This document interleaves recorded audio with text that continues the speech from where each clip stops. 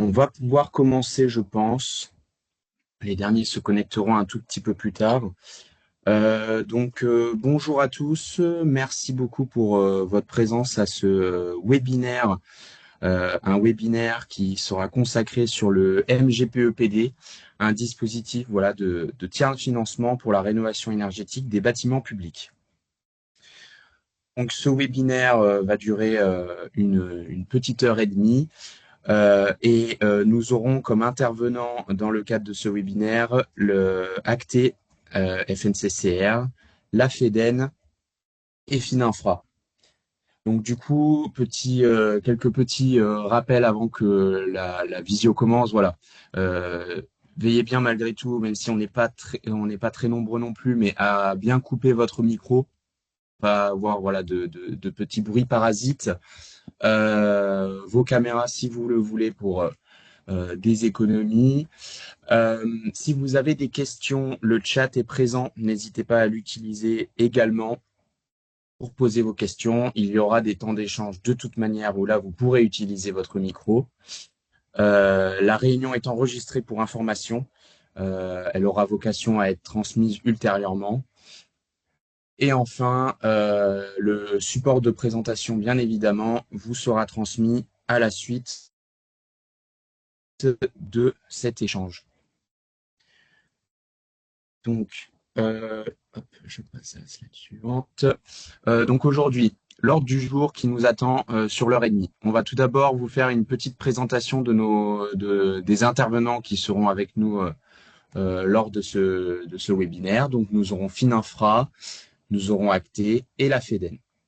Ensuite, nous allons vous présenter les mécanismes le mécanisme MGPEPD et ses intérêts, puis les étapes de mise en œuvre opérationnelle de mise en place du MGPEPD, et enfin, on conclura sur la partie le MGPEPD en Occitanie, donc ce qui nous concerne plus localement, ce que l'AREC Occitanie, la SPL AREC Occitanie, peut vous proposer comme accompagnement pour déployer ce mécanisme.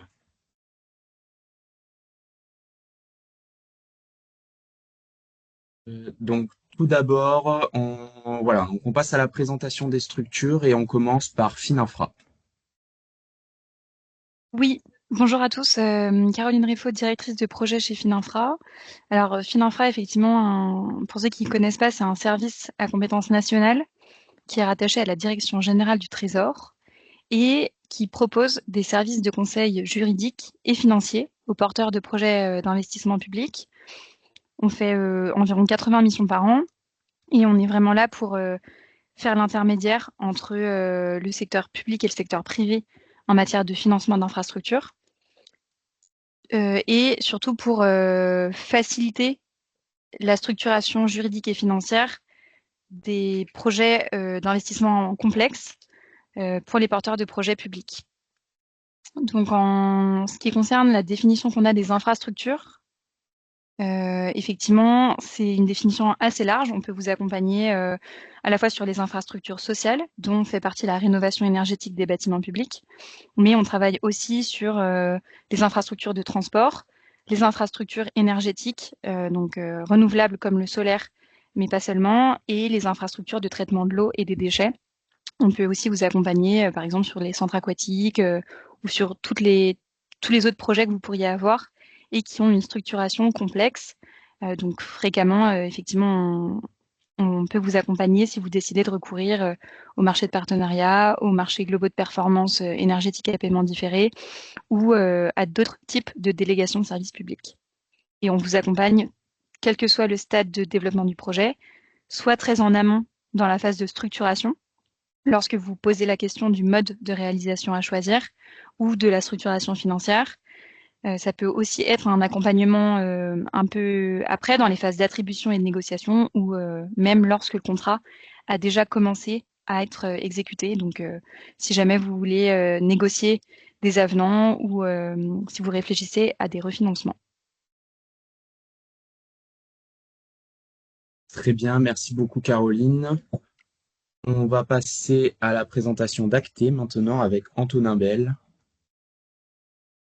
Oui, bonjour à toutes et tous. Donc, Antonin Bell, je suis chef de projet outils contractuels et financiers pour la rénovation énergétique et donc mobilisé à titre personnel auprès des acteurs publics locaux pour le conseil et l'accompagnement et le financement des montages contractuels et des plans de financement pour permettre de faire émerger des rénovations énergétiques. Pour ceux qui ne connaîtraient pas le programme ACTE, donc Action des collectivités territoriales pour l'efficacité énergétique, c'est un programme dont les fonds proviennent des certificats d'économie d'énergie qui est coporté par la FNCCR et qui porte en appui aux collectivités territoriales sur leurs projets d'efficacité et de rénovation énergétique du bâti public tertiaire. Soit par le biais de financement, avec notamment des actions d'ingénierie amont type poste d'économe de flux dont on va financer une partie du salaire, audit énergétique, assistance à maîtrise d'ouvrage, etc.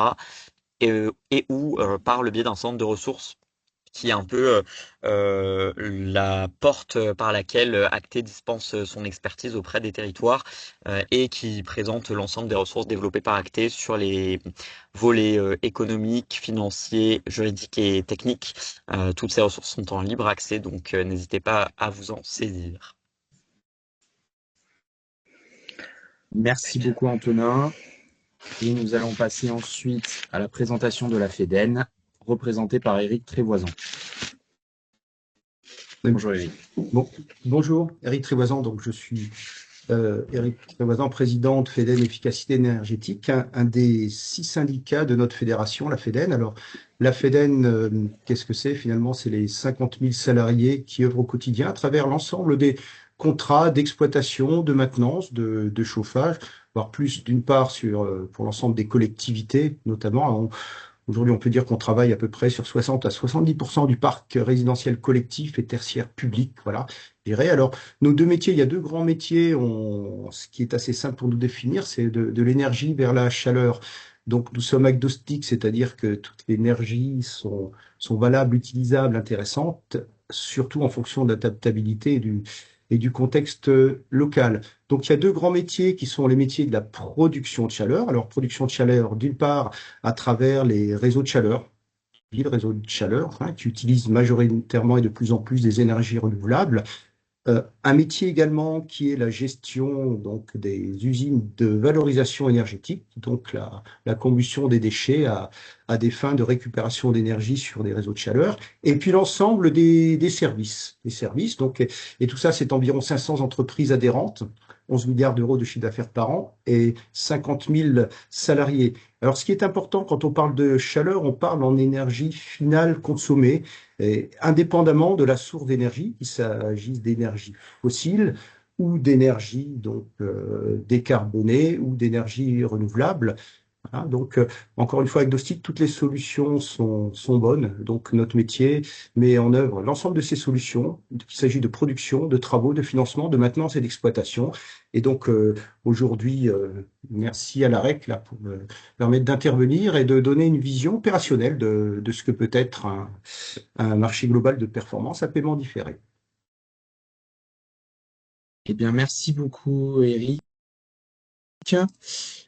Donc, alors maintenant, hop, euh, donc on va passer sur la présentation du mécanisme et de ses intérêts, mais avant de commencer vraiment dans le vif du sujet, je vais vous déposer un petit mot dans le chat, si j'ose dire, une petite question. Hop là, c'est posé. Ce que je viens de mettre dans le chat, c'est pour les personnes qui sont participantes à ce webinaire.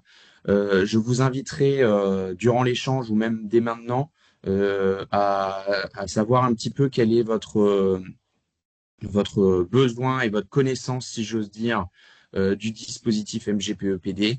Donc, ce sera très simple. Au niveau du pouce, voilà, je vous inviterai à liker, si j'ose dire, mon message en mettant un pouce si vous venez tout simplement découvrir le sujet du MGPE-PD. Et si vous êtes présent pour parce que vous avez un projet en tête en ce moment et que vous envisagez de passer par du MGPE-PD, bah, n'hésitez pas plutôt qu'un pouce à aller plus loin en mettant un petit cœur. Voilà. Euh, Donc voilà, je vous invite à faire ça sur le message. Et donc, sans plus tarder, on passe maintenant sur la présentation du mécanisme et de ses intérêts. Et donc, je cède la parole à Finarfra. Oui, merci. Alors, le MGPEPD, qui est l'acronyme de Marché global de performance énergétique à paiement différé, a été mis en place pour répondre à la problématique suivante, qui est qu'il y a effectivement de nombreuses contraintes européennes et nationales qui ont été mises en place et qui définissent des objectifs à atteindre stricts d'ici 2050. Donc ces contraintes européennes et nationales sont le décret tertiaire, la directive efficacité énergétique et la loi climat et résilience, qui fixent donc des objectifs de réduction de la consommation énergétique finale des bâtiments, des objectifs de rénovation d'une partie du parc bâtimentaire public chaque année, et qui visent à effectivement rénover l'ensemble des logements considérés comme des passoires thermiques d'ici 2034. Ces contraintes réglementaires européennes et nationales, elles impliquent des besoins d'investissement massifs pour les pouvoirs publics, qu'on chiffre, pour effectivement avoir des ordres de grandeur en tête, à 142 milliards d'euros pour le patrimoine de l'État et plutôt entre 300 et 400 milliards d'euros pour le patrimoine des collectivités territoriales. Et donc, dans un contexte de contraintes budgétaires, la problématique est la suivante, c'est comment on fait pour réaliser ces investissements et respecter les engagements pris par la France en termes de rénovation énergétique des bâtiments, alors même qu'on a effectivement des contraintes budgétaires importantes. Donc, pour répondre à cette problématique, a effectivement été mis en place un nouveau contrat de la commande publique qui, comme on va le voir dans la slide suivante, s'insère dans un contexte plus global et parmi un contexte existant du droit de la commande publique. Donc, le MGPEPD est un peu une hybridation entre un marché global de performance et un marché de partenariat. Ce qu'on voit sur cette slide, c'est qu'effectivement, le marché global de performance énergétique à paiement différé vise, comme le marché de partenariat, à transférer un certain nombre de risques à un titulaire privé.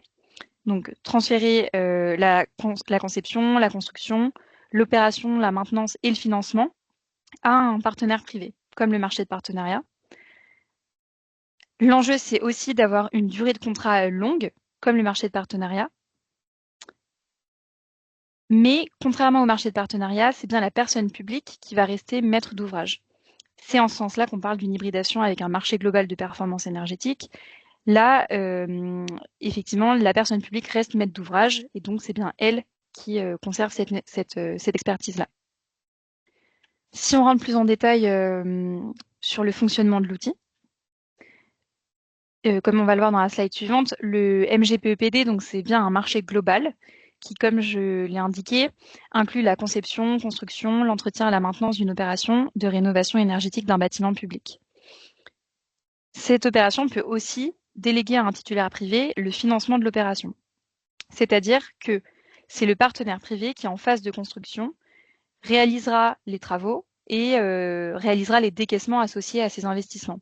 En période de construction, la personne publique ne décaissera rien, et ce n'est qu'à compter de la réception des ouvrages, donc à la fin de la période de construction, que la personne publique commencera à payer des loyers aux titulaires privés, loyers qui financeront les investissements, les coûts d'opération maintenance et le coût de financement engagé par la personne privée.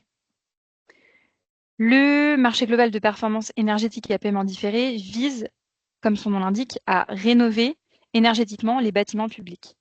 À ce titre-là, il est important que les travaux envisagés concernent bien l'enveloppe des bâtiments et visent à réduire la consommation énergétique finale des bâtiments.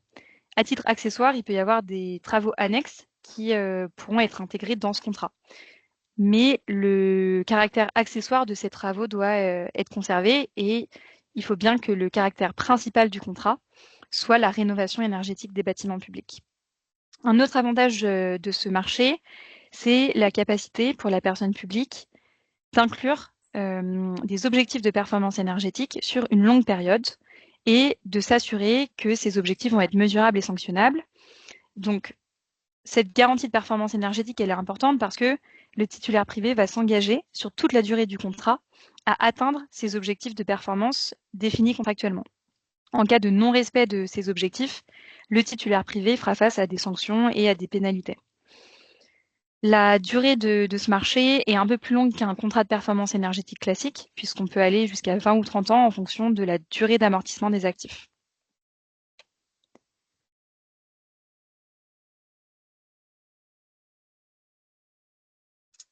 À noter sur ce nouveau véhicule contractuel, donc le MGPEPD, qu'il s'insère bien dans la famille des contrats de performance énergétique. Et donc, à ce titre, et Caroline a déjà commencé à en parler un petit peu, cet outil, il embarque l'ensemble du cadre qui fait d'un contrat de performance énergétique un CPE, donc un contrat de performance énergétique, et donc un outil adapté notamment à l'atteinte des objectifs du dispositif éco-énergie tertiaire. Le premier point qu'embarque le MGPEPD, c'est la fixation d'objectifs de performance énergétique réels qui sont mesurés qui sont mesurés par des indicateurs précis, ce qu'on appelle donc une garantie de résultat. Si l'objectif n'est pas atteint, c'est pas la collectivité qui va devoir prouver qu'il y a eu faute ou manquement du titulaire, mais le titulaire est donc engagé contractuellement, quoi qu'il advienne, à atteindre cet objectif fixé au contrat. Le deuxième point, c'est la fixation d'une situation de référence par rapport à laquelle on calcule l'objectif et son atteinte et qui est mesurée via un plan de mesure et de vérification sur une période de plusieurs années de fonctionnement routinier du bâtiment, par exemple, avec quelques indicateurs qui vont permettre de moduler l'objectif pour des situations qui sont hors du contrôle du titulaire, évidemment. L'objectif étant d'avoir un contrat équilibré sur ce point. Et puis, on va avoir tout un mécanisme d'indemnisation financière en cas où l'objectif n'est pas atteint par le titulaire, qui va donc indemniser le manque à gagner sur les économies d'énergie à la collectivité directement ou réaliser des travaux correctifs. Avec également une possibilité d'intéressement en cas de surperformance par rapport à l'objectif pour inciter l'entreprise ou le groupement d'entreprises à aller plus loin que l'objectif fixé. On va pouvoir passer la slide. Merci beaucoup. Quelques éléments qui permettent de faire du MGPEPD un outil parfois plus intéressant, plus avantageux pour votre projet qu'un CPE classique sous la forme d'un marché global de performance énergétique sans paiement différé. Le premier point, c'est que, comme l'a dit Caroline, la durée de marché est calquée sur la durée d'amortissement des investissements. Donc, on va pouvoir avoir des marchés plus longs qu'en paiement classique, sur lesquels il y a une nécessité de remise en concurrence périodique qui vous empêche de faire des marchés trop longs. Ici, par exemple, sur 15, 20, 25 ans, c'est autant d'années supplémentaires sur lesquelles la performance énergétique continue à être garantie par le titulaire. Donc, c'est extrêmement intéressant pour la collectivité. C'est également l'assurance de la disponibilité du financement à un niveau suffisant pour sécuriser le niveau d'économie d'énergie et l'ambition du projet souhaité par la collectivité, puisque ce financement est assuré directement par l'entreprise ou le groupement d'entreprises responsable de réaliser ces travaux. Alors que si vous êtes dépendant de votre capacité d'autofinancement et que vous êtes en responsabilité sur le fait d'aller chercher les financements, on peut potentiellement revoir l'ambition énergétique du projet à la baisse selon les financements qui ont été trouvés par la collectivité ou sa capacité d'autofinancement qui peut être limitante à court terme. Et puis, on a une garantie de performance énergétique qui va porter aussi bien sur l'assiette exploitation-maintenance que sur l'assiette conception-réalisation dans son ensemble, puisque vous versez, y compris l'assiette conception-réalisation, donc la part investissement, sur toute la durée du marché sous la forme de loyer. Si l'objectif n'est pas atteint, vous pouvez imputer la sous-performance, y compris sur cette assiette conception-réalisation, alors qu'un marché classique sans paiement différé, étant donné que vous avez payé la totalité de l'investissement à réception des travaux, vous perdez en quelque sorte ce levier d'incitation et de responsabilisation du titulaire. Donc c'est plutôt intéressant, notamment sur des travaux à très fort investissement, de pouvoir aussi avoir cette assiette-là sur laquelle jouer.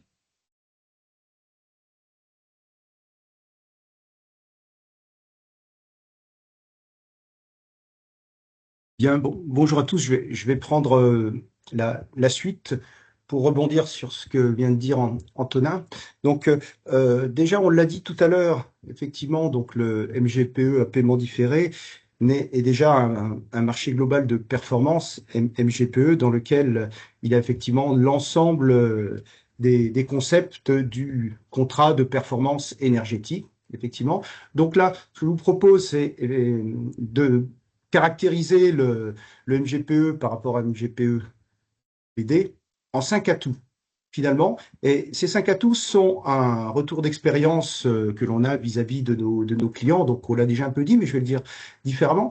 Déjà, c'est d'augmenter les investissements. En gros, d'augmenter les investissements au juste besoin du plan de travaux le plus performant, c'est-à-dire la meilleure combinaison de solutions sans idée reçue dès le départ. Étant entendu, on le présentera peut-être un peu après, il faut qu'il y ait un audit énergétique, hein, donc 1.0, donc un plan de travaux plus ambitieux et un bouquet de solutions complet, pas d'interdit. Il faut regarder tout ce qui est local, tout ce qui est pertinent et si l'on peut évidemment privilégier la décarbonation en fonction de la situation locale.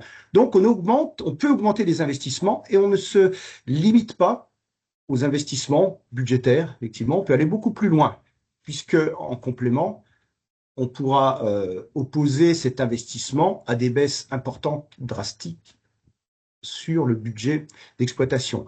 Donc, augmenter les investissements, on l'a dit, on vient de le dire, c'est une assiette de contrat pour des opérateurs énergétiques plus importante, qui favorise la prise de risque, je dirais plutôt la maîtrise des risques et la garantie de résultat. C'est-à-dire, si vous avez une assiette de contrat importante, ben, s'il y a une non-atteinte des performances, on garantira et on indemnisera la totalité des non-gains effectués, ce qui est différent de pénalité. Donc, assiette contrat plus importante grâce aux investissements judicieux augmentés et de ce fait, une diminution du budget de fonctionnement, c'est-à-dire en faire plus. Traiter l'obsolescence grâce à l'investissement immédiat dès la première année du contrat et en oubliant la transformation vers des nouveaux usages du patrimoine. C'est-à-dire que, voilà, encore une fois, on tient compte des besoins, on en fait plus, effectivement, avec un budget de fonctionnement qui traite l'obsolescence, donc un budget de fonctionnement qui sera amoindri d'une part sur les économies d'énergie et d'autre part sur la maintenance, avec du matériel neuf, bien sûr. Ensuite, l'effet des gains et des subventions dès le début du contrat, avec une simplification de toutes les opérations de préfinancement. C'est-à-dire à partir du démarrage du contrat, eh bien les gains, si c'est un contrat qui prévoit 30% de baisse des consommations, donc ça sera contractuel dès le départ dans la durée. Et pour finir, Antonin vient de le dire, des contrats plus longs, et donc forcément un effet amortisseur d'instabiliser du prix d'énergie, d'une part par la baisse des consommations, et si on a eu la possibilité dans le projet de rénovation d'avoir recours à des énergies locales, eh bien, un effet amortisseur important.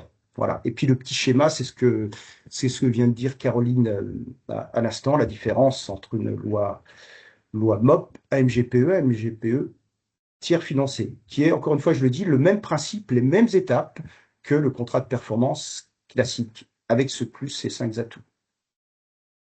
Ce que je peux dire de façon pragmatique. Donc là, c'est un petit schéma qui est une source CEREMA, où vous voyez au-dessus le marché global de performance. Alors, ce qui est intéressant, évidemment, donc complètement à gauche, la phase de conception, de réalisation. Alors, ce qui est en orange, c'est ce qui est à la charge donc de l'opérateur ou de l'exploitant. À partir du moment où le marché a été attribué, il y a toute la phase de conception, puisque l'entreprise a été choisie sur une combinaison de solutions et sur un niveau de performance atteint avec un certain nombre de critères qualitatifs qui sont dans les cahiers des charges. Ensuite, donc, la partie réalisation des travaux et ensuite la phase exploitation, maintenance. Alors, le coût pour la collectivité, c'est d'une part, dans le marché global de performance, on le voit au-dessus, par exemple, en année 3, évidemment, la prise en charge des travaux sur la totalité de la phase travaux. Et ensuite, au fil du contrat, là on voit 6 années de contrat, évidemment, une redevance qui ne comprend uniquement l'exploitation, la maintenance et dans certains cas, la fourniture d'énergie. Si on compare le marché global de performance en dessous, bien, on voit la partie exploitation, maintenance qui est beaucoup plus longue. Alors, dans cette phase d'exploitation de maintenance, on inclut une redevance pour compenser l'investissement en fonction de la durée du contrat, et on voit la dette en dessous qui diminue en fonction de la durée du contrat pour arriver à un niveau zéro, en fin de contrat, avec une durée, évidemment, qui est à définir en fonction des enjeux, des objectifs et de l'ambition de la collectivité. Voilà. Ce qui est important, et pour finir là-dessus, quand on parle de MGPE-PD, puisque je parle sous le contrôle de Fininfra, évidemment, il n'y a pas de limite basse d'investissement. C'est-à-dire qu'un marché global de performance énergétique peut concerner uniquement des gains rapides, un taux de retour sur investissement de 3 ans, ou peut avoir des taux de retour beaucoup plus longs sur des contrats qui seront sur des marchés de rénovation globale, qui sont plus patrimoniaux, auquel cas, évidemment, la rénovation énergétique et les gains qui seront faits en exploitation permettront d'aller plus loin sur les investissements. Voilà. Donc, quand on parle de gains rapides, c'est des coûts bien inférieurs à 50 euros du mètre carré. Quand on est dans la rénovation globale, c'est 1000, 2000 euros par mètre carré. Et encore une fois, c'est pour s'adapter aux usages. Donc, c'est un outil vraiment adaptable. Voilà. Et donc, c'est ce que montre cette figure du dessous.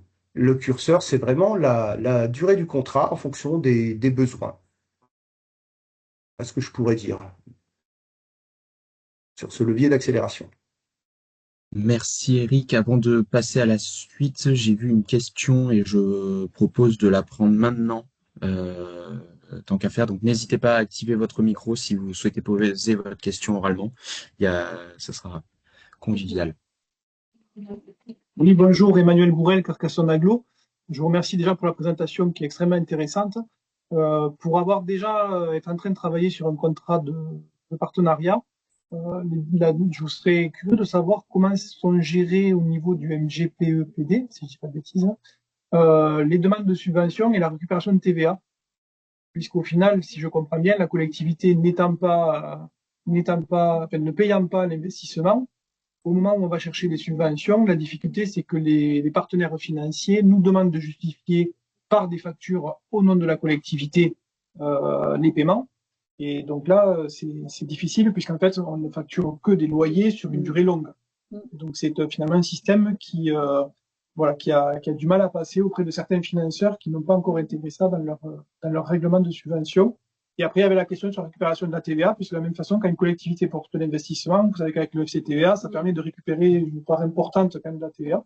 Donc, comment ces deux flux, à la fois subvention et TVA, sont gérés dans les GPE-PD? Oui, merci pour la question. Alors, sur la première partie de question et les subventions, vous avez raison. Certaines subventions, donc le sujet sur les subventions est multiple. Ça peut être à la fois le timing de perception des subventions, et également les pièces justificatives qui sont demandées en fonction des subventions. Et et disons que ce sont les 2 points essentiels. En matière de subventions, plusieurs solutions pourraient être envisagées en fonction des subventions en question. La plus évidente, c'est effectivement que la personne publique finance directement une partie des investissements. Et réalise du paiement différé, ou en tout cas fasse financer l'opération par le titulaire privé sur une autre partie de l'opération. C'est-à-dire que on peut imaginer que la personne publique, sur 100 euros là, d'investissement, elle finance, disons, 30 euros en fonction des subventions qu'elle vise et qu'elle espère toucher, ce qui faciliterait pour elle la perception des subventions, puisqu'elle pourrait démontrer qu'elle a elle-même décaissé les investissements. Donc, ce qui résout le problème pour plusieurs subventions. Et donc, le reste, disons sur les 70 restants, ce serait effectivement à la charge du titulaire. Et ensuite, il y aurait un paiement différé sur ce montant-là. Donc ça, c'est une façon de résoudre le problème en fonction des subventions. Parfois, pour certaines subventions, cette façon-là ne fonctionne pas. Et donc, nous, en interne, État, on est en train de voir comment résoudre le problème. En l'occurrence, si vous avez un cas d'espèce, n'hésitez pas à me contacter parce que nous, on a aussi besoin de faire remonter des cas d'espèce précis pour appuyer nos demandes. Et sur le deuxième... Oui.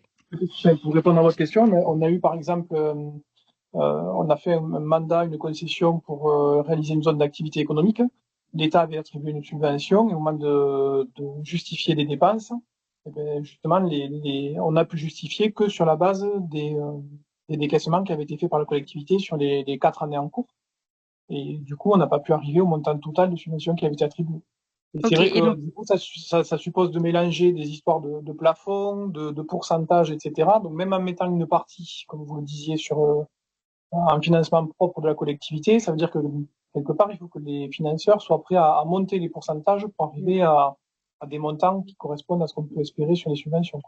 Voilà. Et tout ça, c'est vrai que les ok. financeurs aujourd'hui, ils n'ont pas forcément intégré tous ces éléments-là dans leur règlement. Ouais, C'est bien d'avoir des nouveaux outils juridiques et encore une fois, je trouve que c'est un outil qui est vraiment super extraordinaire. Mais la difficulté qu'on rencontre nous pour l'appliquer, il me semble qu'elle se joue sur ces deux sujets, à la fois subvention et TVA. Et oui. donc ça suppose que les financeurs jouent le jeu. Et là, par exemple, sur notre projet qu'on mène avec l'ARAC, sur une convention un marché de partenariat qu'on est en train de travailler avec l'ARAC, qui n'est pas encore signé, on est en train de demander aux financeurs qui nous confirment que ce ne sera pas un frein pour les financements. Parce que là, ce que vous évoquez, c'est un marché de partenariat, c'est pas un MGPEPD. Oui, oui, oui, c'est un marché de Ok. partenariat. Ok, bah, si jamais, enfin, moi, ça m'intéresserait d'en savoir plus sur ce projet. On pourra regarder au cas par cas. Je vous envoie mon adresse mail dans le chat et si vous pouvez m'envoyer peut-être plus d'éléments par écrit, on pourra regarder ensemble. Tout à fait. C'est pour ça que je Et pose la sur le question, parce qu'on FCTVA, juste, on c'est comme rencontre cette pour. difficulté-là qui est quand même dommage, parce que si les financeurs s'adaptaient, c'est des outils après qui sont très intéressants pour les collectivités, effectivement. Hmm. Normalement, sur le marché de partenariat, c'est censé être adapté. Donc après, avec plaisir pour qu'on regarde en détail. Et sur le MGPEPD en particulier, là qu'on évoque en ce moment, effectivement, il peut y avoir parfois des petits frottements avec le sujet subvention. Mais une des solutions peut être effectivement que la personne publique décaisse elle-même directement une partie des investissements. Et juste pour revenir sur le FCTVA, dans le MGPEPD, c'est le même fonctionnement que dans le marché de partenariat, à savoir que la personne privée paie les investissements TTC et ensuite peut récupérer effectivement cette TVA. Je me permets aussi peut-être de rebondir. Bonjour à tous, je suis Philomène Desjonquers, moi je suis responsable d'activité sur la partie efficacité et décarbonation à la REC Occitanie. Ça va faire écho à la présentation qu'on a prévue dans la foulée pour présenter un petit peu la manière dont on pourrait vous accompagner dans la mise en œuvre de ces projets-là. Mais cette question d'ingénierie financière qui, on sait, est le nerf de la guerre sur comment optimiser en fait le plan de financement pour que le coût de revient à la collectivité soit le plus faible possible. Ça fait partie d'un accompagnement qu'on est en capacité de porter en tant que, enfin, auprès de nos collectivités actionnaires typiquement pour pouvoir dénouer tout ça. Et l'idée de travailler aujourd'hui avec Fininfra, c'est aussi de pouvoir se poser ces questions-là sur des cas pratiques qui puissent derrière faire jurisprudence d'une certaine manière en se disant bah on a tels enjeux qu'on rencontre opérationnellement, comment on fait pour le dénouer? Et c'est en, en faisant ces premiers projets-là, on arrivera aussi à faire en sorte que les financeurs changent de fusil d'épaule là-dessus. Donc on a bien conscience de ce sujet-là. Et l'idée, c'est vraiment de pouvoir vous accompagner dans cette ingénierie financière tout au long du projet.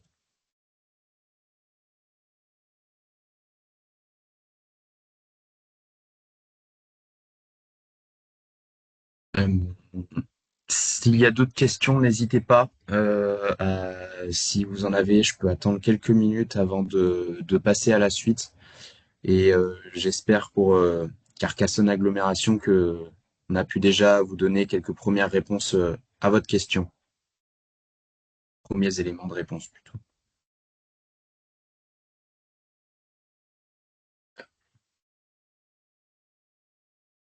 Et bien du coup, je vais passer à la suite.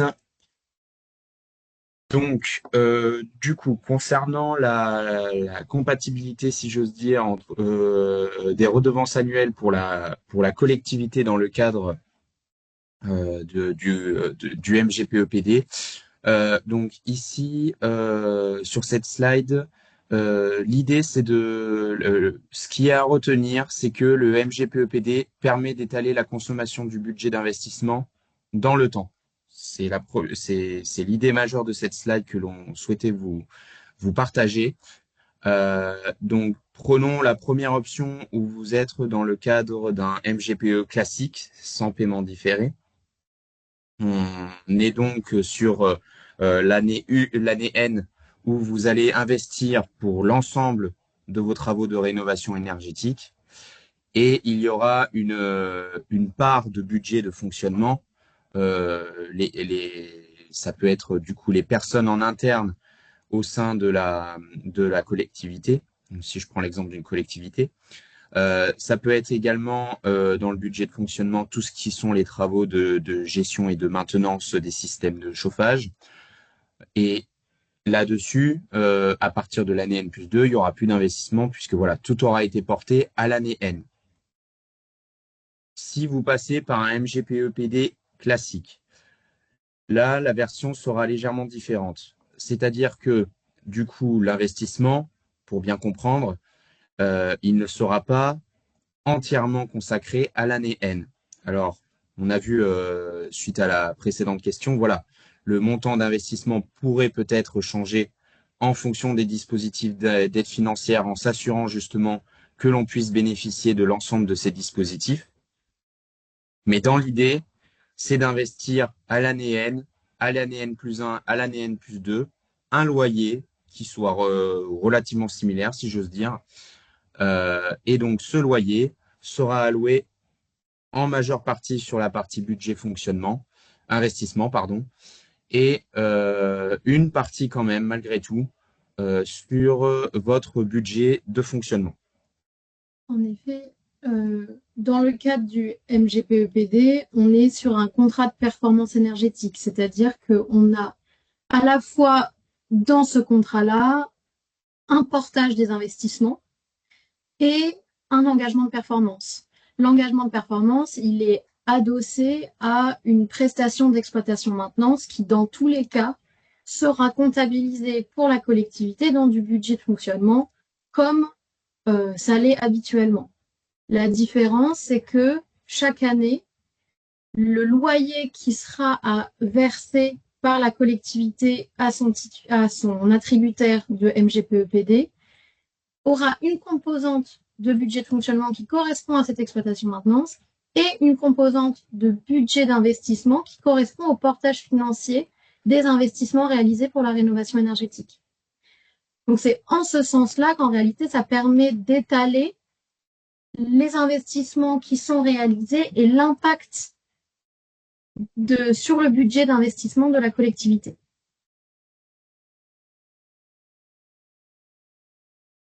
Est-ce que juste Carcassonne Agglomération, vous avez la main toujours levée, c'était par rapport à avant, ou est-ce que vous aviez une autre question? Si vous m'entendez.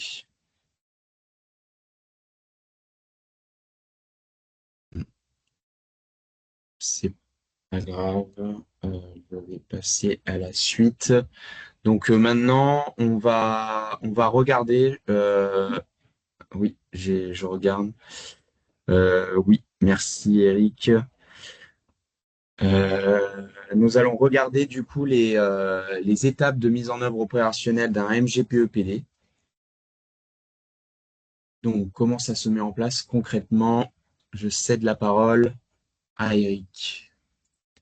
Merci Daniel. Donc le CPE, puisque c'est le nom générique, un contrat de performance énergétique. Donc pour rappel, pour les marchés privés, on parle uniquement de contrat de performance énergétique. Donc le marché global de performance est vraiment dédié au marché public ainsi que le paiement différé. Mais donc les 5 étapes que je vais vous commenter sont les mêmes. Donc c'est vraiment générique au CPE.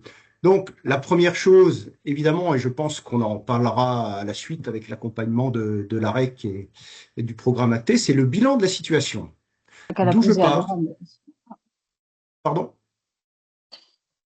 Oui, excusez-nous, on avait juste une petite question par rapport à la slide précédente. La question, c'est le loyer versé au titulaire, en fait. Il passe sur du fonctionnement ou de l'investissement? En fait, c'est pas très très clair. Est-ce que vous pourriez revenir sur ce sujet, Bien s'il vous sûr, plaît? bien sûr, je vais revenir dessus. Alors, du coup, Merci. pour le MGPE-PD, donc comme vous dites, le titulaire du MGPE-PD, vous, le loyer que vous aurez à reverser à ce titulaire-là sera réparti. Ce ne sera pas que sur du budget fonctionnement. Ce sera réparti entre le budget investissement et le budget fonctionnement. Ce qui est intéressant justement à voir malgré tout, enfin malgré tout, tout simplement dans ce schéma, c'est que justement le loyer que vous aurez à verser sera pas que sur le budget investissement. C'est ça que l'on souhaitait vous partager aussi à travers cette slide, c'est dire que le MGPEPD peut prendre en compte une part de votre budget de fonctionnement et une part de votre budget investissement.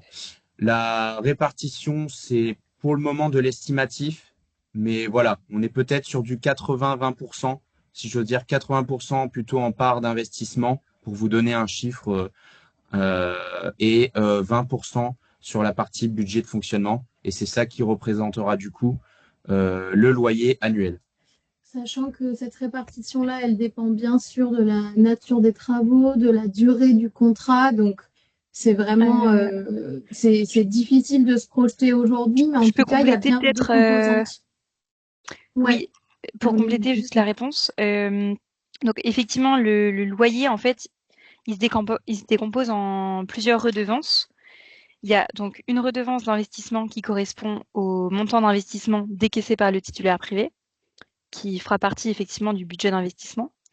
Et ensuite, il y a une redevance fonctionnement qui correspond aux coûts d'opération maintenance qui seront également pris en charge par le titulaire privé et aux intérêts de la dette. Les intérêts de la dette font partie du budget de fonctionnement. Et donc, la façon dont se décompose le loyer, c'est comme ça, c'est que les investissements vont aller dans le budget d'investissement et ensuite les coûts d'opération maintenance ainsi que les intérêts de la dette vont aller dans le budget de fonctionnement. Donc en fait, vous pouvez déjà, en fonction du montant de vos CAPEX et de vos OPEX, avoir une idée des loyers qui vont entrer en section d'investissement et de fonctionnement. Est-ce que c'est plus clair ou est-ce que ça reste flou? C'est parfait, merci. Merci. Merci beaucoup. Donc, on revient sur les étapes de mise en œuvre opérationnelle, à moins qu'il y ait encore une petite question sur voilà le mécanisme du MGPEPD. N'hésitez pas, justement, c'est le moment. Si quelque chose n'a pas été clair, on peut tout à fait revenir dessus.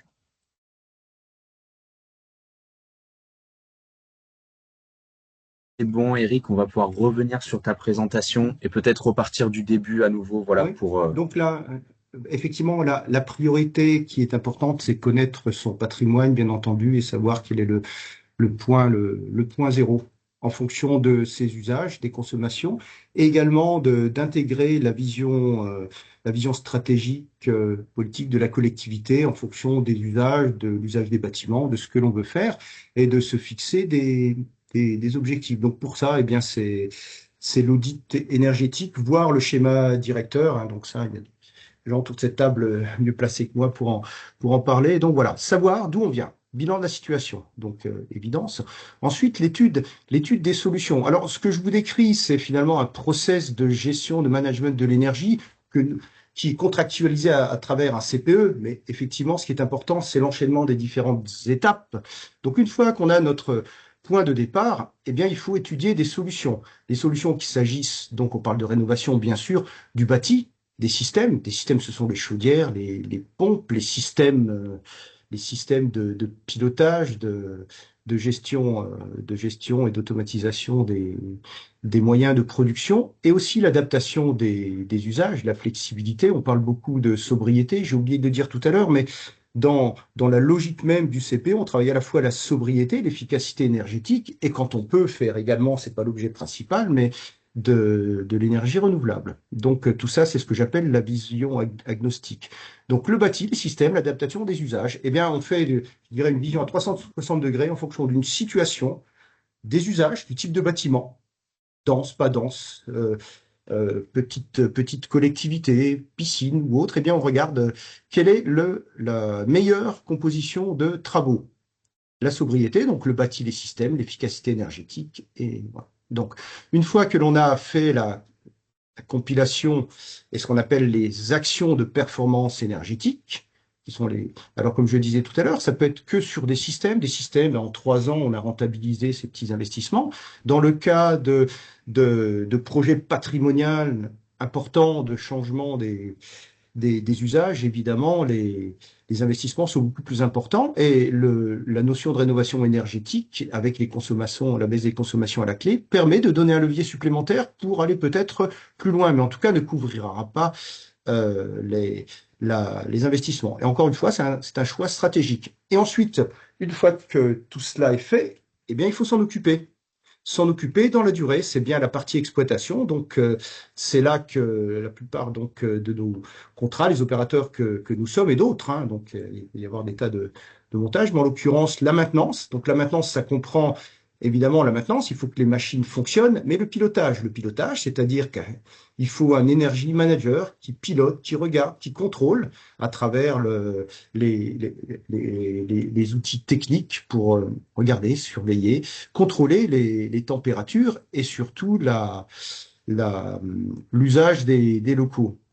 Et ça ne peut pas se faire seul, et c'est ça qui est important. Et s'il y a qu'une chose à retenir, c'est que le MGPE, on le verra tout à l'heure sur les différentes étapes de consultation et d'appel d'offres, c'est vraiment de la co-construction. Il n'y a pas de marché global de performance sans sensibilisation des usagers et travail. C'est-à-dire que autant chez l'opérateur, il faut un energy manager en plus du technicien, mais côté client, il faut un pilote qui sera évidemment formé, accompagné, ou pour ceux qui en ont les moyens, effectivement, donc peut-être des sachants un peu plus, pour comprendre les usages. Quand faut-il chauffer les locaux, quand faut-il pas les chauffer, automatiser, tout ça. Et puis après, le plus important, le contrôle et le suivi des résultats, parce que c'est un engagement de performance. Donc, il y a des actions, quand on voit qu'il y a une dérive, ça se fait au quotidien. Donc, il y a une gestion par nos techniciens au quotidien. Et puis également, avec un peu de recul, à la semaine, au mois, pour regarder s'il y a des dérives. Et quand il y a des dérives, effectivement, il y a des travaux, il y a des actions pour traiter ces dépassements. Et comme on le disait tout à l'heure, en fonction de l'assiette du contrat, donc si un dépassement, ça peut être soit un régime de pénalité ou sur des MGPE justement PED, à paiement différé, donc qui ont une assiette contractuelle plus importante, ben une indemnisation totale des non-gains en énergie. Voilà. Et puis tout le reporting. Et ce qui est important aussi sur le pilotage, c'est que si effectivement on travaille sur la sensibilisation des usagers, il faut être vigilant à l'effet rebond. On parlait beaucoup de sobriété. Sobriété, c'est peut-être sur un contrat de performance, c'est peut-être jusqu'à 15% des 15% des baisses de consommation. Donc c'est important et c'est un ensemble. Et vous voyez, à travers le contrat de performance énergétique sous la forme d'un MGP, eh bien c'est un process complet de gestion d'énergie. Et je finirai par le petit clin d'œil, c'est ce que va nous demander l'Europe, hein, notamment pour l'État exemplaire et les collectivités avec la directive d'efficacité énergétique qui va être déclinée en octobre prochain, où finalement on va nous demander de garantir une performance, enfin nous, je dirais les collectivités et puis l'État, de garantir la mise en place d'un process de management de l'énergie. Voilà, et c'est aussi important aussi, puisqu'il y a beaucoup d'aides dans tout ça, il y a des C2E, des aides locales, des aides régionales. Eh bien, à un moment, il faut être comptable des aides que l'on a reçues par la performance. Donc, c'est ce que j'appelle un management complet de gestion de l'énergie. Voilà ce que je peux dire sur les 5 étapes. Merci beaucoup. Il y a une question qui a été posée justement dans le chat. Je te la pose. Est-ce que la fourniture d'énergie reste à la charge de la collectivité ou est-ce transférée à l'exploitant? Je le dirais, c'est en fonction de la stratégie, puisque même aujourd'hui, nos contrats d'exploitation, c'est ce qu'on appelle dans le jargon le P1, la fourniture d'énergie. Dans certains cas, il y a des contrats de résultats où il n'y a pas de fourniture d'énergie. Dans certains cas, il y a la fourniture d'énergie. Mais ce que je disais, l'avantage, et vous le comprendrez bien, là, c'est pour ça que je parlais d'assiette de contrat. La fourniture d'énergie, il y a 2 avantages de la confier à l'opérateur quand c'est pas évident. Quand vous avez un multi-énergie. Quand c'est du gaz et qu'il n'y a que du gaz, c'est très simple. Donc, effectivement, il y a peut-être un peu moins de valeur ajoutée. Mais quand vous avez un multi-énergie, quand vous avez du bois, du solaire, du gaz, peut-être des pompes à chaleur, un réseau de chaleur, donc il y a toute une ingénierie donc qui est suivie. Donc, ça, effectivement, c'est quand même un métier de spécialiste. Donc, où la collectivité à l'expertise peut le faire, ne pas le faire. Mais ce qui est important aussi, c'est quand le contrat comprend la fourniture d'énergie, la maîtrise des risques est plus facile à prendre en compte. Et on ne parle plus de pénalité, mais d'indemnité. Donc, pour répondre à votre question, oui, en fonction des besoins et de la stratégie de la collectivité. Mais pour un contrat de performance et garantir à 100% les résultats, c'est quand même plus intéressant d'avoir la gestion globale de l'énergie, surtout quand c'est un mix énergétique, qui n'est pas des plus simples. Merci beaucoup, Eric. J'espère qu'on a pu répondre à votre question, Monsieur Desmézy. Euh, on passe à la suite. Voilà. Oui, bah, peut-être, je ne sais pas si je suis mieux placé, mais je peux, collègue, pour intervenir. Donc, c'est un petit peu le schéma que l'on a fait, la FEDEN, on a fait un guide qui explique un petit peu les différentes étapes du contrat. Et je crois que c'est une figure CEREMA en plus, celle-ci. Donc, ce que je voudrais dire simplement, c'est par rapport à un schéma classique, une loi MOP, un appel d'offres, c'est quand même un petit peu plus subtil. C'est-à-dire qu'en gros, il faut se faire accompagner. Donc, voilà, la REC est bien placée pour parler d'accompagnement. Donc, je vais pas parler de ça. C'est très important. C'est-à-dire que les étapes, déjà, évidemment, il y a des études de faisabilité. Quel est le champ du possible? On parlait de vision stratégique. Qu'est-ce que je peux faire? 30% d'économie en fonction de mes usages. Il y a une grande réflexion à avoir, peut-être un schéma directeur. Donc, ça, c'est la première chose, étude de faisabilité. Une fois qu'on fait une étude de faisabilité, donc on se fait aider souvent par un AMO, qui est aussi un tiers de confiance, effectivement, qui va montrer un petit peu quel serait le champ du possible, effectivement. Alors, la particularité pour le paiement différé, bien entendu, il y a l'étape, passage par Finafra, donc je parle sous le contrôle de Finafra, évidemment, avec d'une part une validation préalable sur l'intérêt qualitatif économique du projet. Pourquoi avoir recours à un paiement différé alors qu'on pourrait peut-être utiliser d'autres types de moyens contractuels, mais c'est vraiment d'avoir réfléchi, d'avoir fait une réflexion en profondeur sur l'intérêt du système, puisque c'est quand même des contrats très longs avec des enjeux forts. Donc, étude préalable pour valider l'intérêt du projet côté Finafra, qui s'accompagne également, c'est le cas des partenariats publics-privés, évidemment, d'une étude de soutenabilité budgétaire. Première particularité. Et puis, comme l'ensemble des contrats de performance énergétique, ce que je disais après avoir fait la publication d'un appel d'offres, fait un programme de consultation, se faisant aider par un AMO, eh bien, il y a cette phase appel d'offres qui est un dialogue compétitif. Et c'est là, je dis, c'est de la co-construction, c'est-à-dire qu'un AMO, le champ du possible, les études de faisabilité ont ciblé quelques types de solutions, mais c'est ensuite les opérateurs, les exploitants qui répondent à ce type d'appel d'offres, que ce soit seul ou que ce soit en groupement, qui vont retravailler le sujet puisque c'est eux qui s'engagent, qui portent l'investissement. Donc il y a un certain nombre d'auditions, une, deux à voir en fonction de l'importance du marché. Et c'est en fonction de ces échanges que l'entreprise sera choisie et sera attributaire. Mais on voit bien, je dirais, pour retenir en synthèse, paiement différé, donc études préalables, bien travailler l'amont, évidemment, les études de faisabilité, les audits énergétiques, et puis le dialogue compétitif qui est un échange privilégié en se faisant aider avec un conseil peut-être juridique ou un AMO en fonction de l'importance du projet pour challenger les entreprises. Hein. C'est même un concours en disant voilà, qu'est-ce qu'on peut faire de mieux pour vous en se mettant à votre place. Donc c'est ce que je mettrais en avant, voilà, par rapport à un appel d'offres classique. Merci, Eric. Caroline, peut-être pour la partie dossier d'accompagnement. Oui, tout à fait. Donc, effectivement, nous, Finanfra, on est là pour accompagner les porteurs de projets dans leur réflexion sur la rénovation énergétique des bâtiments publics et pour aussi les aider à structurer leurs projets. Je rappelle que l'expérimentation MGPEPD est en place jusqu'au 30 mars 2028. L'idée à l'issue de cette date, c'est effectivement de faire un point sur les réussites et les freins qui ont été rencontrés par les porteurs de projets pour améliorer l'expérimentation. L'idée, c'est pas forcément de la cesser, c'est plutôt de l'améliorer avec vos retours d'expérience. Et donc, pour nous, c'est aussi important d'avoir vos retours, de connaître les freins. Donc, le sujet des subventions, on l'a bien en tête et c'est un sujet qu'on est en train de traiter en interne État pour les subventions État. Par ailleurs, Fininfra a mis à votre disposition un guide ou un dossier d'accompagnement qui vous décrit la méthodologie de l'étude préalable du mode de réalisation, qui est l'une des études obligatoires à réaliser lorsque vous envisagez la passation d'un MGPEPD.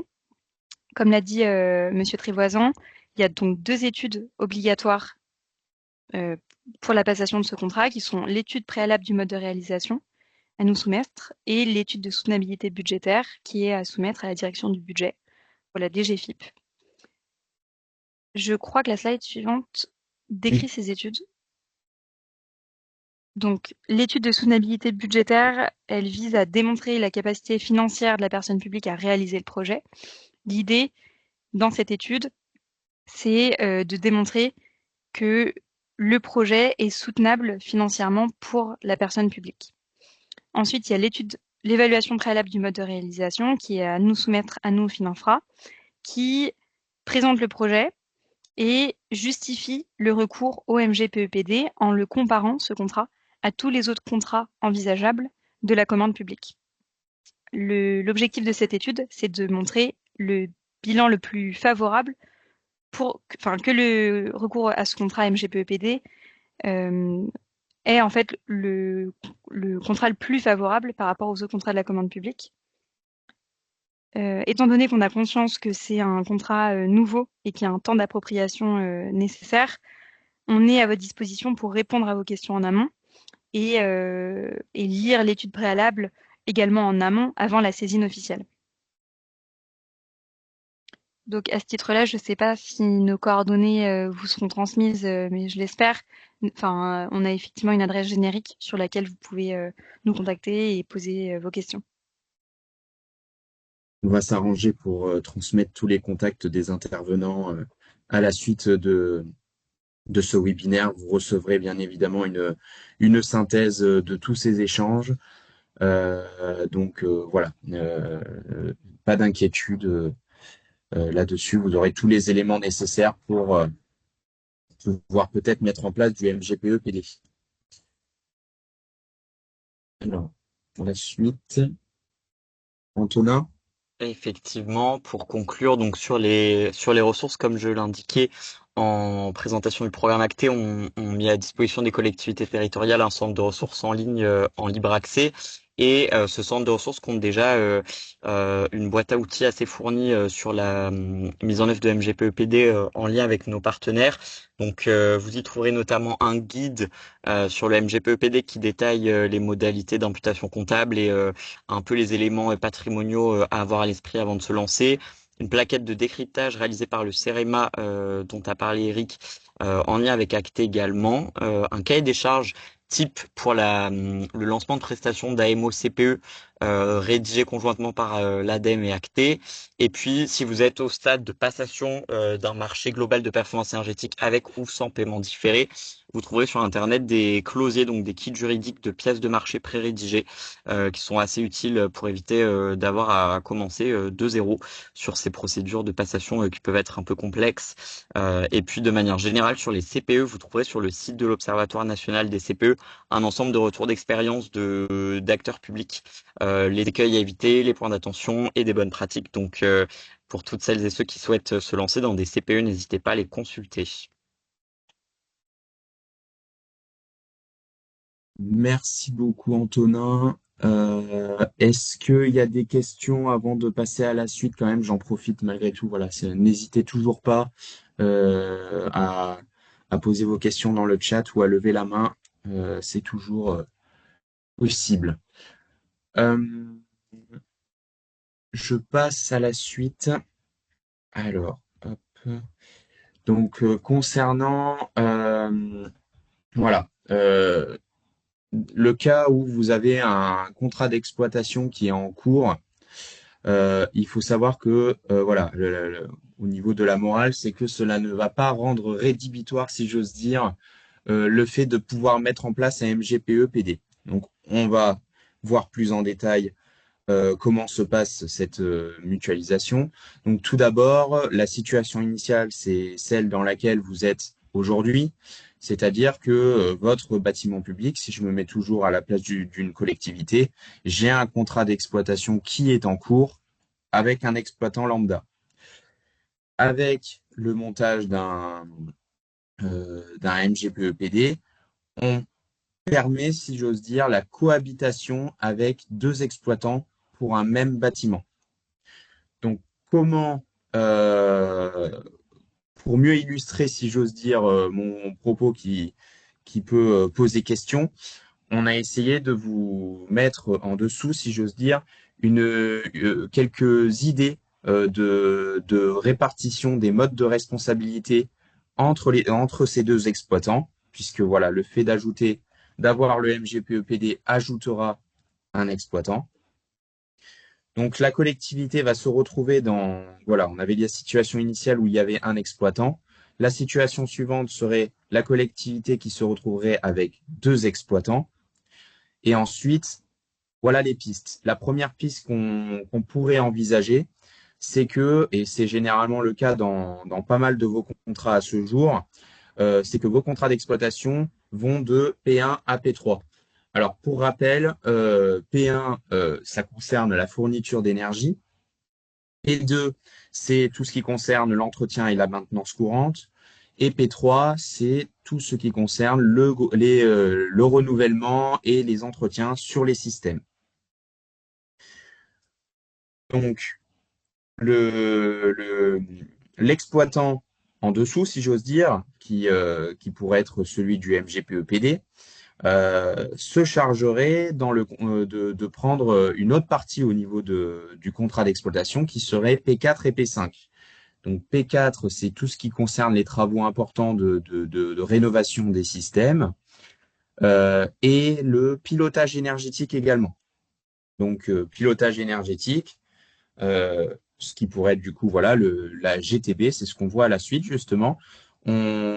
L'autre piste serait par exemple de répartir tous les systèmes qui consomment de l'énergie. Donc en gros, le premier exploitant par exemple pourrait prendre en main le chauffage et la climatisation, et l'autre exploitant pourrait être en charge de toute la partie pilotage énergétique et ventilation. Ça pourrait être également un exemple de répartition. Et enfin, une autre piste,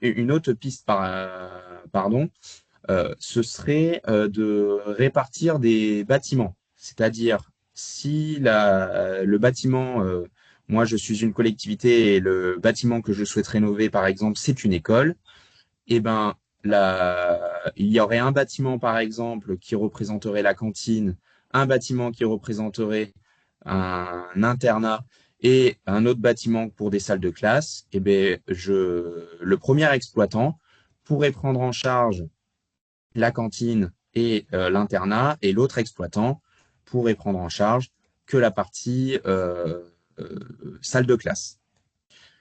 Donc, c'est voilà un petit peu les pistes de répartition des responsabilités possibles. Et si vous avez des questions, parce que ça peut en poser, je suppose, n'hésitez surtout pas. Mais voilà, en tout cas, on tenait vraiment à vous montrer que cette possibilité de cohabitation, elle est là et qu'elle a déjà été réfléchie.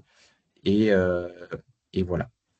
Sachant que, en effet, ça dépend en fait de la temporalité dans laquelle vous souhaitez mettre en place votre MGPE-PD. Vous avez aujourd'hui des contrats d'exploitation qui courent pour des durées, vous êtes en début de contrat, en fin de contrat. Soit vous arrivez à faire coïncider la fin de votre contrat d'exploitation qui est en cours aujourd'hui sur votre site avec le début d'un MGPE-PD, et à ce moment-là, vous avez une transition qui se met en œuvre naturellement. Soit vous êtes au début de votre contrat d'exploitation et vous souhaitez enclencher d'ores et déjà un projet via un montage MGPE-PD. À ce moment-là, c'est un cas qui est possible et qui fait l'objet d'un contrat tripartite entre l'acteur en place, qui fait en tout cas l'objet d'un contrat entre l'acteur en place et la collectivité à minima, et l'autre exploitant.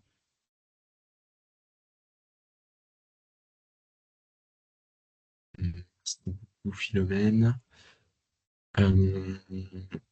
S'il n'y a pas de questions sur la partie contrat d'exploitation et exploitant, on va passer à la dernière partie de notre présentation qui concerne du coup le MGPEPD en région Occitanie, l'accompagnement proposé par la SPL Occitanie. Donc là, on va partir vraiment sur du concret en termes de process qui va vous attendre, si j'ose dire, pour si vous avez envie de passer par du MGPEPD, les étapes qui vont se succéder. Donc tout d'abord, on souhaitait vous présenter ce schéma d'intervention. Je tiens à préciser pour ce schéma que il est en cours de validation par nos services juridiques pour s'assurer que ce modèle puisse être bien mis en place. Donc voilà, c'est le schéma en tout cas aujourd'hui que l'on envisage, qui peut encore être remodelé par nos services juridiques. Mais dans l'idée, on aurait donc la collectivité 1, pour prendre juste l'exemple d'une collectivité qui souhaite donc passer par du MGPEPD. Elle va contractualiser avec la SPL AREC Occitanie pour bénéficier de ce tiers investissement. Par rapport à l'exploitant, ce que l'on expliquait sur la slide juste avant, s'il y a un exploitant qui est déjà en place ou que voilà vous êtes dans une fin de contrat, enfin voilà, il peut y avoir aussi le cas où on est dans une fin de contrat, ce qui poserait peut-être moins cette question de deux exploitants en place. Mais en tout cas voilà, si vous avez un exploitant qui est déjà en place et qui va rester par exemple jusqu'à 2030, et ben on peut envisager du coup d'ici pour les 5 prochaines années de prévoir un contrat d'interface qui serait entre les deux exploitants, la SPL AREC Occitanie et la collectivité. Donc voilà, c'est une idée que l'on envisage. Et enfin, si vous passez par un MGPEPD avec la SPL AREC Occitanie, la SPL se charge de lancer les marchés globaux de performance pour identifier cet exploitant qui va prendre en charge la partie marché MGPEPD. Et voilà, c'est ça l'idée du schéma. Donc, ce qu'il y a à retenir, c'est que en gros, via la SPL AREC Occitanie, on peut quasiment vous accompagner sur, si j'ose dire, tout le programme de rénovation énergétique en lien avec le MGPEPD en quasi-régie. Donc, cela comportera à la fois la partie mise en place technique du projet et également le portage financier. Voilà pour ce schéma. Oui. Est-ce que vous avez des questions peut-être déjà sur le fonctionnement? Là, dans l'idée, c'est de confier le MGPEPD à la SPL AREC en tant que dans un cadre de quasi-régie, et globalement, la SPL s'occupe derrière de faire le montage du projet et de sélectionner un exploitant technique qui pourra répondre aux engagements de performance et au programme de travaux.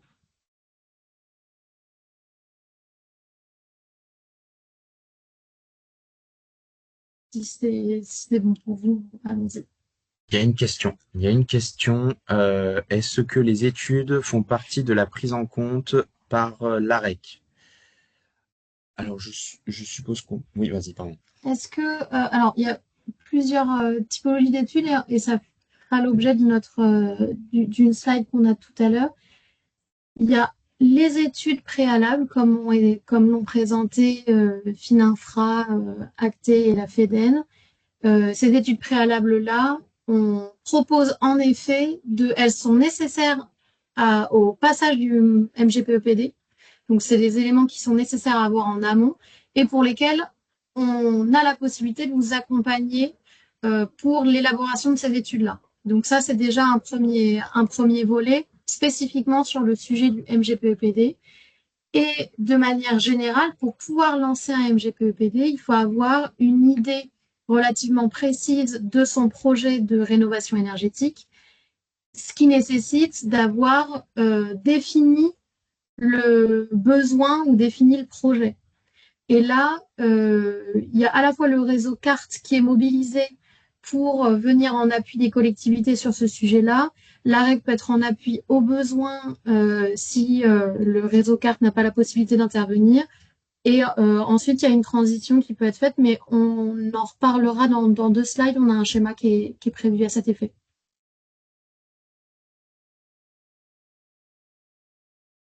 Est-ce qu'il y a d'autres questions sur le schéma ou autre? Tout est le bienvenu.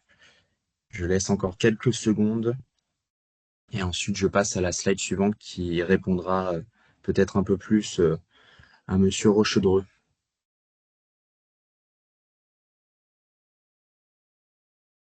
Et bien, je passe du coup à la slide suivante. Donc, du coup, sur cette partie, l'idée c'est donc voilà, là je me remets moi dans la peau d'une collectivité. Je souhaite avoir un visuel de toutes les étapes qui vont m'attendre. Donc, on a déjà eu une présentation de Eric sur les diverses étapes de mise en place du MGPEPD. Maintenant, l'idée, c'est de retracer un petit peu toutes les étapes de mise en place du MGPEPD sur le temps, si j'ose dire. Donc, la première étape qui va constituer une phase, c'est la partie dimensionnement travaux. Donc, sur cette partie dimensionnement travaux, pour pouvoir mettre en place du MGPEPD, il est nécessaire d'avoir connaissance en amont de ce que l'on souhaite faire en termes de travaux de rénovation énergétique. Est-ce qu'on isole? Est-ce qu'on change le système de chauffage? Est-ce qu'on va plus loin? Est-ce qu'on va moins loin? Est-ce qu'on remplace qu'un système de chauffage? Il sera important de bien dimensionner les travaux qui vont être effectués avant de partir sur cette deuxième phase MGPEPD.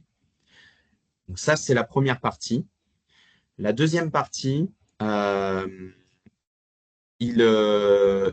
concerne du coup le MGPEPD.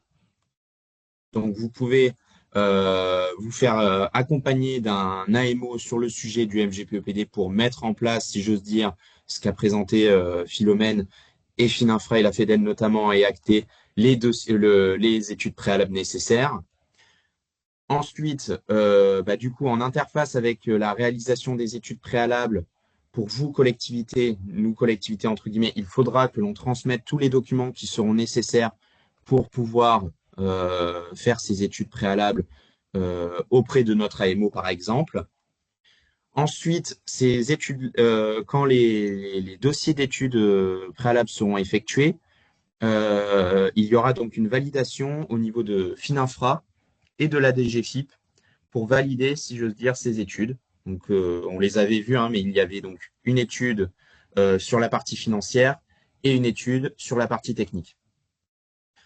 Si ces études-là sont validées par ces deux entités, on va pouvoir, donc si par exemple Fininfra et la DGFiP me disent « Ok, vous pouvez partir sur la mise en place du MGPEPD », moi je décide maintenant en interne avec mon conseil communal, si j'ose dire, je décide à la suite de tout ça si je fais recours officiellement au MGPEPD ou non. Donc, dès que nous aurons pris une décision et nous décidons d'aller sur du MGPEPD, non, pardon, excusez-moi, pardon, je reviens en arrière. Si vous avez décidé de prendre recours au MGPEPD, il va falloir mettre en concurrence justement des exploitants qui pourraient prendre en charge ce MGPEPD, mais pas que. Il faudra également prendre en compte des acteurs financiers qui pourront porter la partie tiers investissement. Ça pourrait être vu directement avec l'exploitant, bien sûr, mais en tout cas, il va falloir envisager également un mécanisme de tiers investissement et un acteur pouvant porter cette partie tiers investissement. Et ensuite, dès que nous aurons mis en concurrence, que nous aurons analysé toutes les candidatures, que nous les aurons mis, voilà, que nous aurons fait tous cette partie-là de mise en concurrence, on va pouvoir choisir un exploitant et donc signer un marché MGPE-PD. Et puisque maintenant, bah voilà, on a tout fait, on nous a dit oui pour le MGPE-PD, on a l'exploitant qui est en place, qui va se charger du MGPE-PD, on est prêt pour partir sur nos travaux avec un mécanisme de tiers investissement.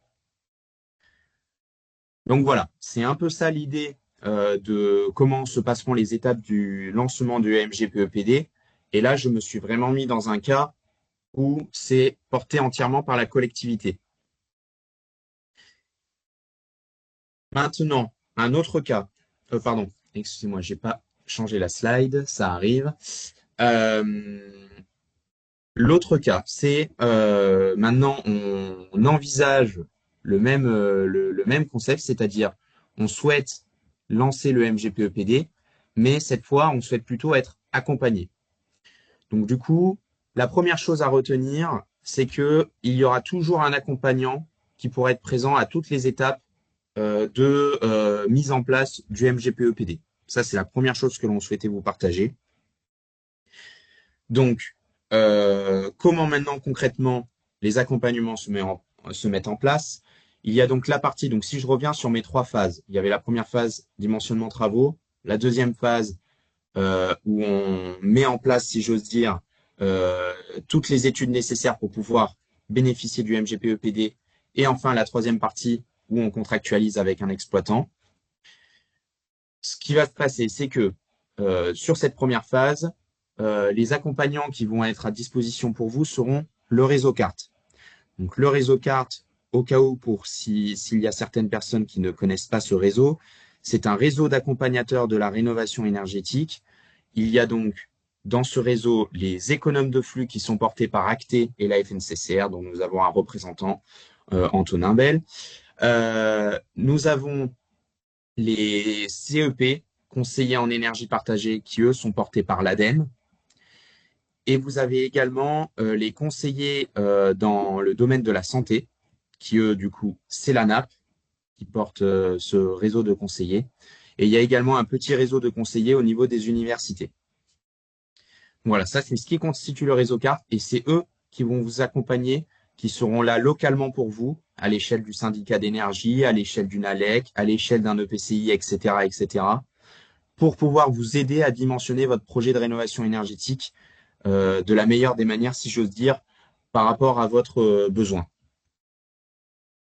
Dès que ce travail sera effectué avec le réseau carte, vous allez pouvoir, si vous le souhaitez, nous solliciter pour être AMO pour vous accompagner sur les études préalables de mise en place du MGPE-PD et même plus largement sur le MGPE-PD avec la partie contractualisation. Donc, nous allons réaliser, donc là, cette fois, c'est plus la collectivité qui va faire, hein, c'est la règle du coup, si vous souhaitez passer par cet AMO, montage technique, juridique et financier du MGPE-PD, nous allons réaliser pour votre compte les études préalables. Vous allez quand même, ça c'est quelque chose qui va rester de votre côté, nous transmettre à nous tous les documents qui nous seront nécessaires pour pouvoir effectuer ces études préalables nécessaires. Ensuite, l'AREC Occitanie va se charger de transmettre à Fininfra et à la DGFiP ces études pour validation. Et ensuite, pareil, oui ou non, on vous transmettra l'information et on pourra rediscuter ensemble de voir si on prend bien recours au MGPE-PD et si c'est le cas, on peut entamer les démarches de contractualisation, donc signature avec nous, l'AREC, pour partir sur le portage du MGPE-PD. Ensuite, donc troisième étape, et du coup, je vais quand même, il y a une question qui m'a été posée, comment est financé l'AMO? Là, on va fonctionner de manière traditionnelle entre la SPL et ses actionnaires, c'est-à-dire qu'on va mettre en place un CPI, contrat de prestation intégré, qui sera du coup à la charge de la collectivité. On est en train d'étudier les possibilités pour qu'il y ait l'intégration de ce montant d'études dans le montant à financer global du MGPEPD pour que ça participe, pour que ce soit partie intégrante en fait des loyers qui seront versés ultérieurement, donc pour qu'il n'y ait pas de sortie de cash pour la collectivité. Donc ça, c'est un mécanisme alternatif qu'on est en train de creuser qui permettrait de pas avoir de sortie de trésorerie pour la collectivité. Mais ça reste encore en cours de qualification. Et pour compléter aussi ces accompagnements qui sont que voilà, là nous on vous présente en une slide tous les accompagnements possibles. Bien évidemment, il pourrait y avoir des accompagnements à la carte en fonction de vos projets. Si vous avez un projet voilà où vous envisagez du MGPEPD, voilà, bien évidemment, je pense que ce serait pertinent qu'on prévoit un temps d'échange pour pouvoir échanger sur votre projet et voir ce qu'il est possible de faire en matière de partenariat. Là, voilà, vous avez tout le panel, mais bien évidemment, la répartition des portages pourra se faire, bien évidemment, à la suite d'une réunion d'échange. Donc, voilà, donc dès qu'on a, je reviens du coup sur le schéma et j'espère, Monsieur Loyer, avoir répondu à votre question, qu'on a répondu, pardon, Philomène et moi à votre question. Je passe ensuite sur la partie portage du MGPEPD. Donc, dans le portage du MGPEPD, pour rappel, il va falloir donc qu'on contractualise avec un autre exploitant qui portera ce sujet-là. Super, merci pour votre retour. Donc, on va se charger, nous, la REC Occitanie, de mettre en concurrence des exploitants, d'analyser les offres, bien évidemment, toutes les étapes, bien évidemment, de mise en concurrence classique, ça, c'est rien de nouveau. On va signer, nous, la SPL AREC Occitanie, le MGPE avec l'exploitant, puisque ça passe cette fois par nous. Donc là, vous n'aurez pas, ça va alléger, si je veux dire, vous aurez une forme où vous serez allégé en termes de signature, puisque là, il y a une démarche administrative en moins, contrairement au schéma précédent. Et enfin, on va pouvoir ensuite partir sur la phase travaux.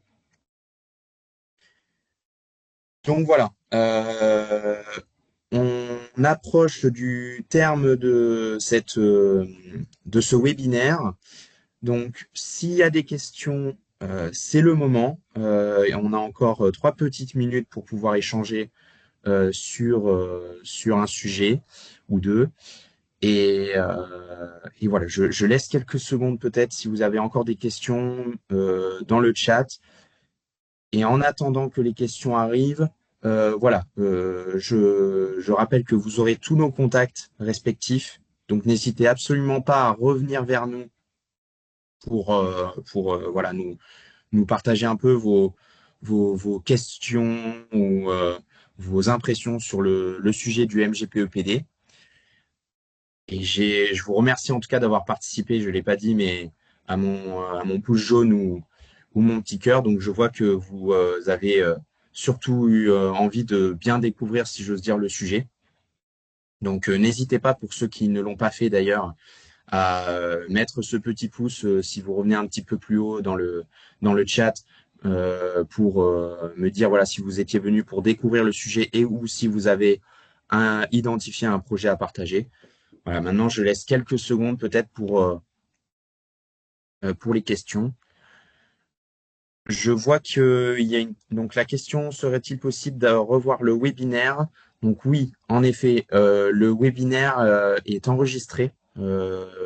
Normalement, vous avez, je rassure, hein, bien eu une validation. Tout le monde a dû recevoir une validation pour accepter ou non, si j'ose dire, que le webinaire soit transmis. Donc, il sera transmis, il y aura une synthèse et il y aura nos contacts. Donc, pas de souci. Il y aura également le support, bien sûr, aussi, je tiens à préciser. Merci Bruno pour cette présentation qui visiblement est claire et complète. Il reste 30 secondes pour quelques dernières questions. Et sinon, on va pouvoir terminer ce webinaire. Eh bien, merci beaucoup pour votre participation. Merci aux intervenants également. J'essaye de répondre à la dernière question. Quand est-ce qu'il nous sera transmis? Je dois reboucler en interne avec mon service communication, mais au plus tard, dans 2 semaines, je pense que les éléments vous seront transmis. Donc voilà. Merci encore. Je vous souhaite une belle journée et au plaisir d'échanger sur le sujet du MGPE-PD. Merci. Bonne journée à tous. Au revoir. Merci à tous, bonne journée. Merci à vous. Au revoir.